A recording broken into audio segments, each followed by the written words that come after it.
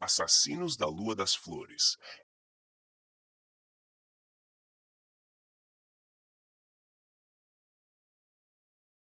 Killers of the Flower Moon,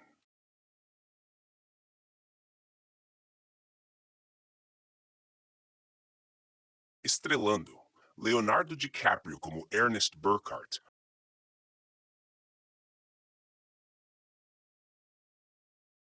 Robert De Niro como William King Hale,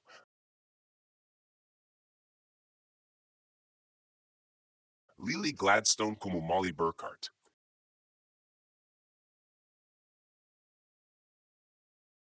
Jesse Plemons como Thomas Bruce White,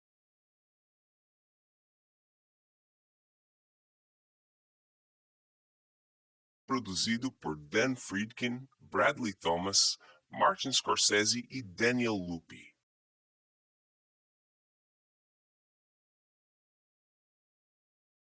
Edição de Thelma Schumacher.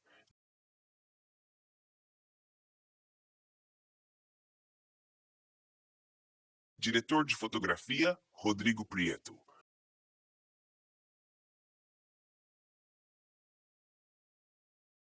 Música de Robbie Robertson. Roteiro de Eric Roth e Martin Scorsese. Direção de Martin Scorsese.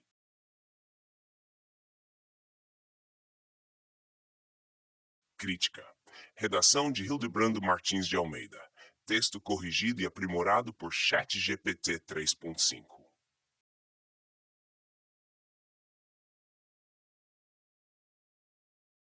O desconhecimento da tragédia que envolveu centenas de assassinatos de membros da nação Osage na década de 1920, após a descoberta de petróleo em suas terras, era algo que me escapava até então.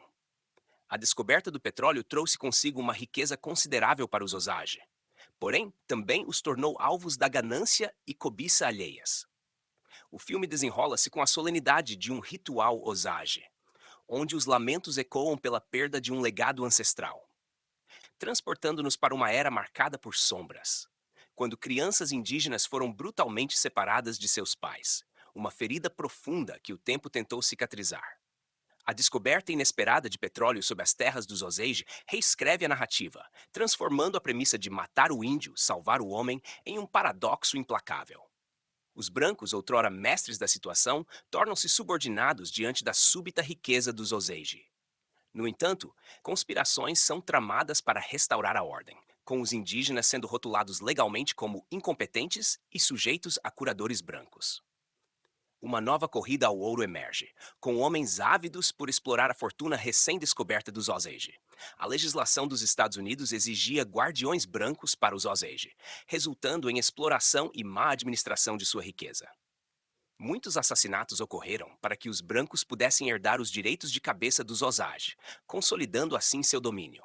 A falta de apoio das autoridades locais, controladas por interesses brancos, tornou difícil a investigação das mortes. A corrupção generalizada entre as autoridades locais, incluindo advogados e juízes, foi exposta em investigações posteriores. A intervenção do recém-criado FBI, liderado por J. Edgar Hoover, foi crucial. O agente especial Tom White conduziu uma investigação que revelou uma trama complexa, envolvendo brancos que se casaram com membros da nação Osage para se apropriarem de suas riquezas. Em 1925, uma mudança na lei proibiu o não Osage de herdar direitos de cabeça, visando proteger a tribo. O governo do Zezué passou a gerir os royalties, mas as preocupações persistiram. Em 2000, a nação Osage processou o Departamento do Interior, resultando em um acordo de 380 milhões em 2011 para melhorar a gestão dos ativos. Neste belo filme de Martin Scorsese, conhecemos a história de Ernest Burkhart, DiCaprio, veterano da Primeira Guerra, que se alia ao seu tio William Hale De Niro, desencadeando um intrincado jogo de interesses. Hale, auto-intitulado Rei, enxerga em Ernest a peça-chave para consolidar a riqueza em sua família. A trama se desenrola, revelando uma relação complexa entre Ernest e Molly Glads, uma das irmãs Osage, detentora de vasta fortuna. O filme destaca-se pela atmosfera carregada de apreensão, imergindo Molly na paranoia justificada, onde confiar nos brancos torna-se uma impossibilidade. A narrativa realça a fragilidade moral de Ernest, interpretado com maestria por DiCaprio, enquanto William Hale urde uma trama de mortes intermináveis. Molly, personificando a tragédia pessoal e as vítimas do genocídio, emerge como o epicentro emocional. A cena inicial cativou-me profundamente. Por entre as frestas de uma humilde cabana, um menino pertencente à etnia Osage testemunha silente o ritual realizado por membros mais idosos da comunidade. O grupo chora e lamenta por seus filhos que serão educados pelos homens brancos e que mais tarde irão esquecer a cultura e costumes Osage.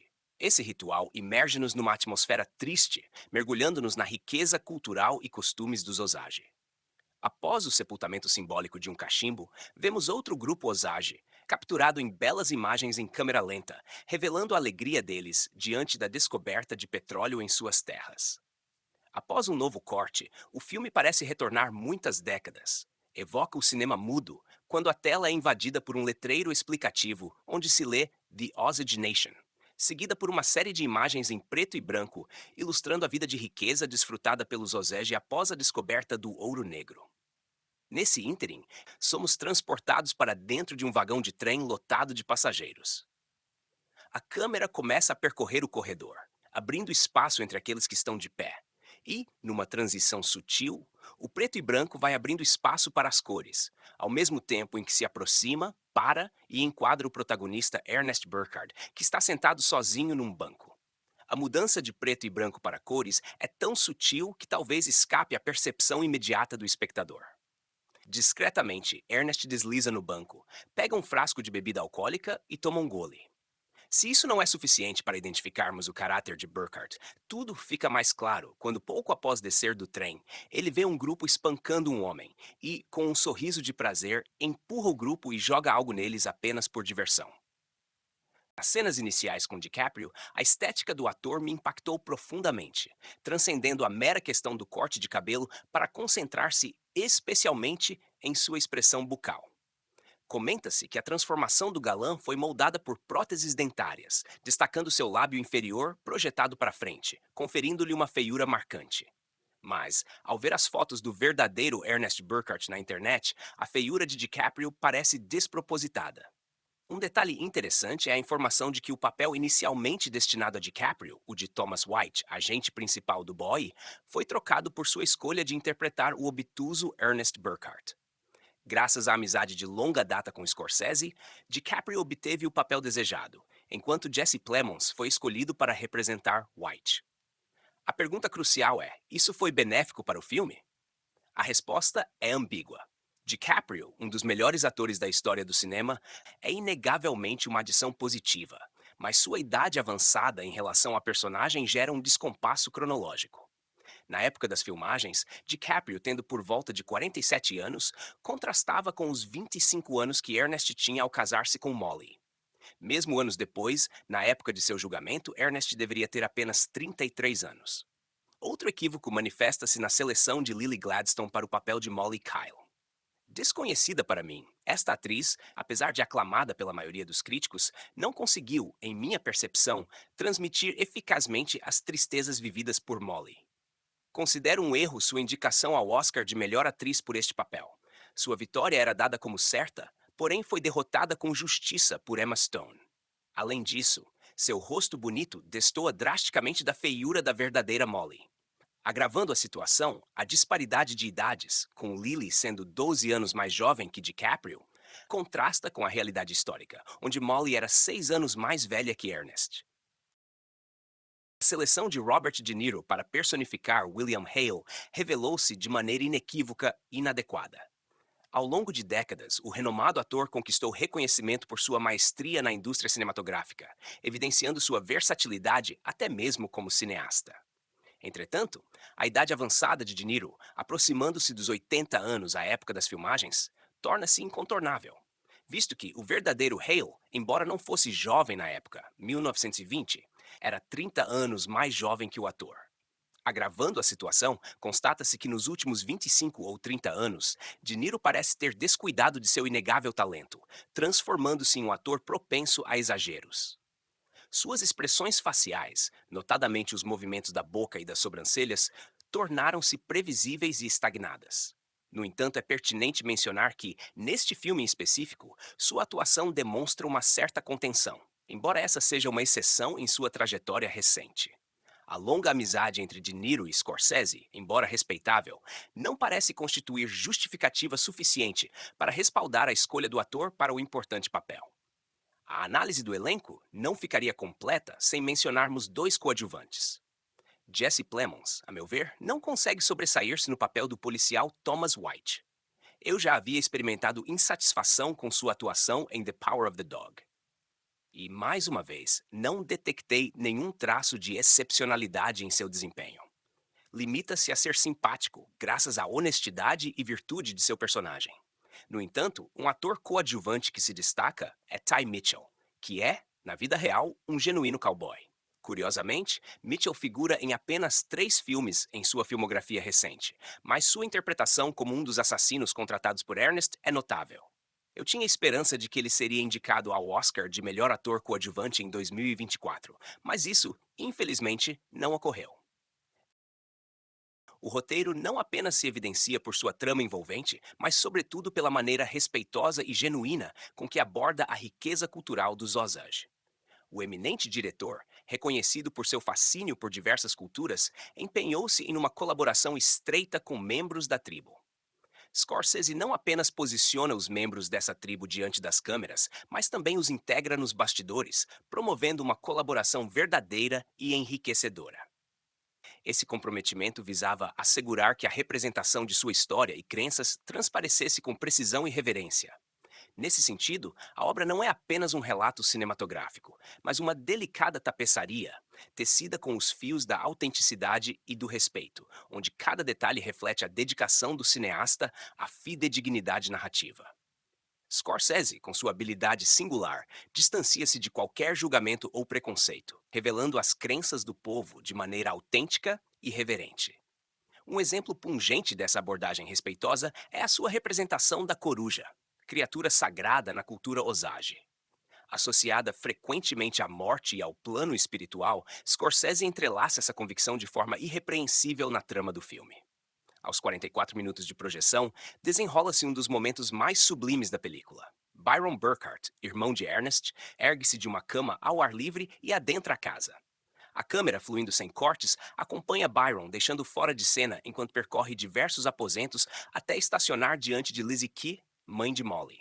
Somente neste instante ocorre um corte, revelando uma janela. É ali que uma coruja aparece e pousa, depois salta para o quarto e voa em direção à câmera, ocupando toda a tela.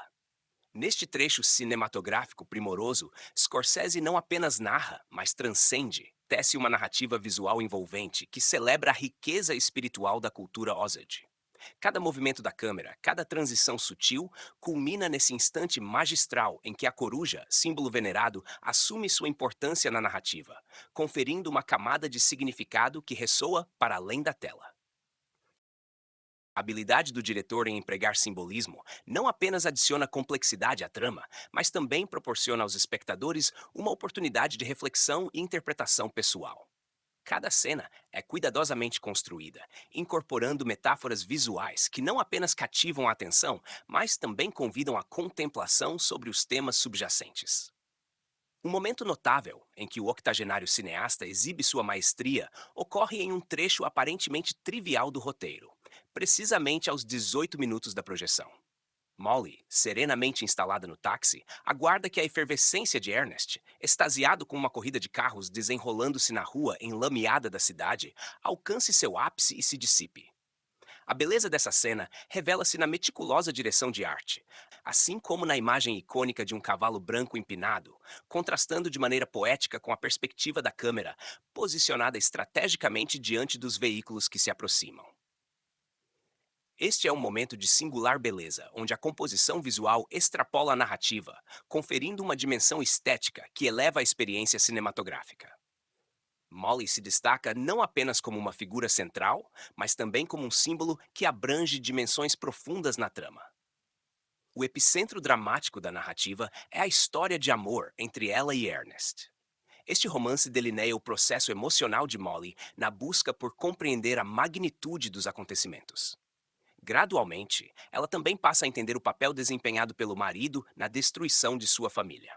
A trama revela camadas intricadas da psique humana, mostrando como Molly reage diante das circunstâncias devastadoras. Ela personifica as vítimas do genocídio perpetrado sistematicamente pelos colonizadores brancos contra os Osage, destacando-se como um símbolo do sofrimento, especialmente no âmbito de sua própria família. A narrativa vai além, desmascarando a fachada presumidamente pacífica e bem-intencionada dos homens brancos, notadamente Ernest e seu tio Halley, e revelando um processo diabólico subjacente. A história de Molly transcende não apenas sua jornada pessoal, mas também reflete o destino compartilhado por muitas outras vítimas de genocídio. O filme, assim, eleva-se acima do mero entretenimento, transformando-se em uma plataforma significativa para a reflexão sobre questões sociais profundas, tais como o genocídio, preconceito racial e a persistente desumanização sistemática na sociedade contemporânea. A maestria cinematográfica de Martin Scorsese, aliada ao talento do diretor de fotografia Rodrigo Prieto, resplandece em cada quadro, revelando momentos cinematográficos de excepcional qualidade. Um exemplo marcante desse virtuosismo é a utilização da câmera subjetiva, habilmente empregada para representar a visão de Molly. Nessa cena memorável, enquanto ela caminha ao lado do trem, os passageiros brancos, imersos na fumaça, dirigem olhares hostis à indígena, construindo uma atmosfera impregnada de tensão. Outro instante magistral de utilização da câmera subjetiva, agora representando a perspectiva de Ernest, desvela-se na quietude da madrugada. Após o retorno de Ernest do local de mais um crime hediondo, a câmera percorre meticulosamente os cômodos de sua casa, delineando sua busca desesperada pela esposa. Finalmente, a câmera se detém diante de uma porta que se abre para revelar, no final da escada do porão, Molly e outras mulheres aterrorizadas. Sem proferir uma palavra, Ernest não precisa verbalizar a tragédia. O grito dolorido de Molly ressoa, ecoando a compreensão de que mais um ente querido de sua família foi vítima de outro assassinato. Explorando sua distintiva técnica de alternar entre narradores, o diretor imprime uma marca única no roteiro, proporcionando a oportunidade para um personagem, em um momento singular, detalhar sua estratégia meticulosa e os sentimentos que o envolvem ao realizar uma tarefa maléfica. A maestria narrativa se revela ainda mais quando a cronologia da história é ocasionalmente quebrada, transportando os espectadores para eventos específicos, como o chocante assassinato de uma das irmãs. Este método não apenas adiciona complexidade à trama, mas também intensifica a frieza e a crueldade do ato, introduzindo dimensões extras de horror à narrativa, ampliando sua abrangência. Ao adotar essa abordagem não linear, o cineasta constrói uma narrativa que transcende a mera contagem de eventos, transformando-se em uma exploração profunda da psique humana em circunstâncias extremas. A alternância de perspectivas permite que o público compreenda não apenas os eventos em si, mas também os motivos e as complexidades emocionais que impulsionam as ações dos personagens. Além disso, o roteiro sagazmente utiliza a técnica para criar um suspense constante, mantendo os espectadores no limiar de suas cadeiras, ansiosos para descobrir os próximos desdobramentos dessa trama intricada. A imersão na mente dos personagens, guiada pela narrativa não convencional, transforma a experiência cinematográfica em uma jornada emocionalmente envolvente e intelectualmente estimulante. Em resumo, a abordagem única de Martin Scorsese em Assassinos da Lua das Flores, através da alternância de narradores e quebra da linearidade, não apenas enriquece a narrativa com profundidade emocional, mas também intensifica a complexidade dos eventos retratados. A exploração corajosa da violência e suas consequências revela-se como uma obra-prima cinematográfica que desafia as convenções, deixando uma marca indelével na mente do espectador. Explorando temáticas de significativa importância histórica e social, o filme revela uma notável coesão em sua narrativa, introduzindo uma cena memorável num cinema. Nesse contexto, um documentário lança referências impactantes ao massacre de Tulsa, um episódio sombrio que se estendeu por 2 dias, testemunhando a brutalidade de uma multidão de racistas contra a população negra de um distrito urbano. O resultado foi devastador, com centenas de vítimas fatais e milhares de feridos, refletindo, lamentavelmente, o descaso histórico. A obra destaca de maneira eloquente a crucial negligência das autoridades que contribuiu para a tragédia que se abateu sobre os Osage. Ao contextualizar os eventos em Tulsa, o filme presta homenagem às vítimas esquecidas e injustiçadas, além de iluminar as estruturas sociais e políticas que permitiram tais atrocidades. Sua abordagem corajosa explora uma parte obscura da história, proporcionando não apenas educação, mas também incitando uma reflexão profunda sobre racismo sistêmico, injustiça e a responsabilidade das autoridades em proteger todos os cidadãos. A inclusão desses elementos na narrativa amplia a compreensão do público sobre os motivos subjacentes às tragédias que assolaram a comunidade Osage. Ao expor a negligência institucional e a impunidade que perpetuaram o mal, Assassinos da Lua das Flores transcende o mero entretenimento, transformando-se em uma poderosa ferramenta para a conscientização social. Como é característico de sua abordagem, Martin Scorsese não hesita em representar a violência de maneira explícita, quando necessário para a verossimilhança e impacto da narrativa. A brutalidade infligida aos membros da comunidade Osage é apresentada sem filtros, revelando a natureza animalesca dos perpetradores e a profundidade sômbria da trama. A direção habilidosa de Scorsese não apenas expõe os horrores físicos, mas também mergulha nas repercussões emocionais e sociais desencadeadas por esses atos cruéis. Contudo, mesmo em sua excelência, devemos reconhecer a busca incessante, por vezes inalcançável, pela perfeição. Em um momento marcante de seu filme, durante os turbulentos casos de assassinatos nos Osage, um episódio desperta atenção peculiar. Em meio ao silêncio da madrugada, um estrondo violento rompe a tranquilidade, levando os personagens, incluindo Ernest e seus vizinhos, a saírem de suas casas em busca da causa. Ao chegarem, encontram a casa da irmã de Molly reduzida a destroços pela explosão.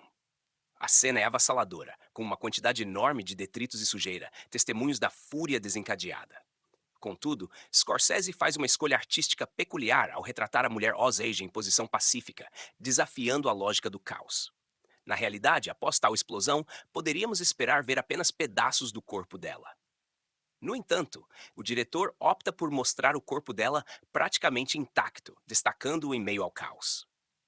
Essa escolha desafia os limites do verossímil e suscita a pergunta: qual a intenção do cineasta por trás dessa representação do corpo intacto em meio ao caos? O cineasta utiliza de maneira estratégica os ângulos plongée, buscando destacar a vulnerabilidade dos Osage e proporcionar um impacto mais profundo ao espectador. Scorsese, apreciador também dos ângulos contra-plongée, comete um equívoco notável em uma cena crucial. Perto do final, Ernest, recém-preso, comprometido com as autoridades policiais, é obrigado a permanecer em pé diante delas. Este é um deslize do experiente cineasta, haja vista que Ernest está numa situação de submissão. Em seu íntimo, ele compreende que será julgado e condenado por seus crimes. Assim, seria mais apropriado empregar o ângulo plongée para evidenciar a situação do protagonista diante das autoridades. A escolha do contra-plongée, embora resulte em uma tomada bela, serve para enfatizar uma situação que não condiz com a realidade narrativa. Esta é uma evidência de que mesmo um cineasta experiente e talentoso como Scorsese não está isento de cometer equívocos. Ao concluir o filme, Scorsese acrescenta um toque de autenticidade ao exibir o título inicialmente em caracteres da língua Osage.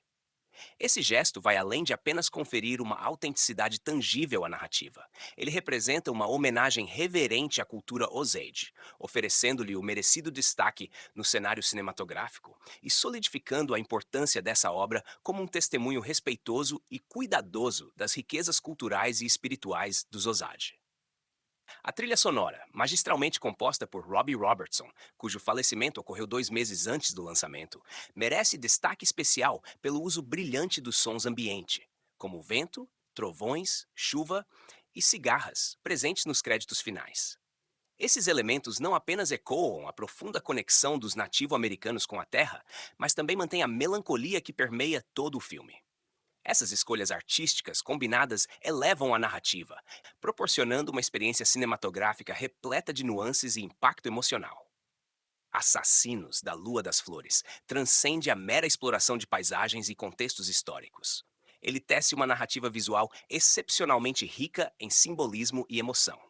A obra utiliza habilmente cada elemento cinematográfico disponível para transmitir as camadas mais profundas da trama aos espectadores. A meticulosa seleção de cenários e ambientações não apenas enriquece a experiência visual, mas também serve como um portal para uma compreensão mais profunda do enredo.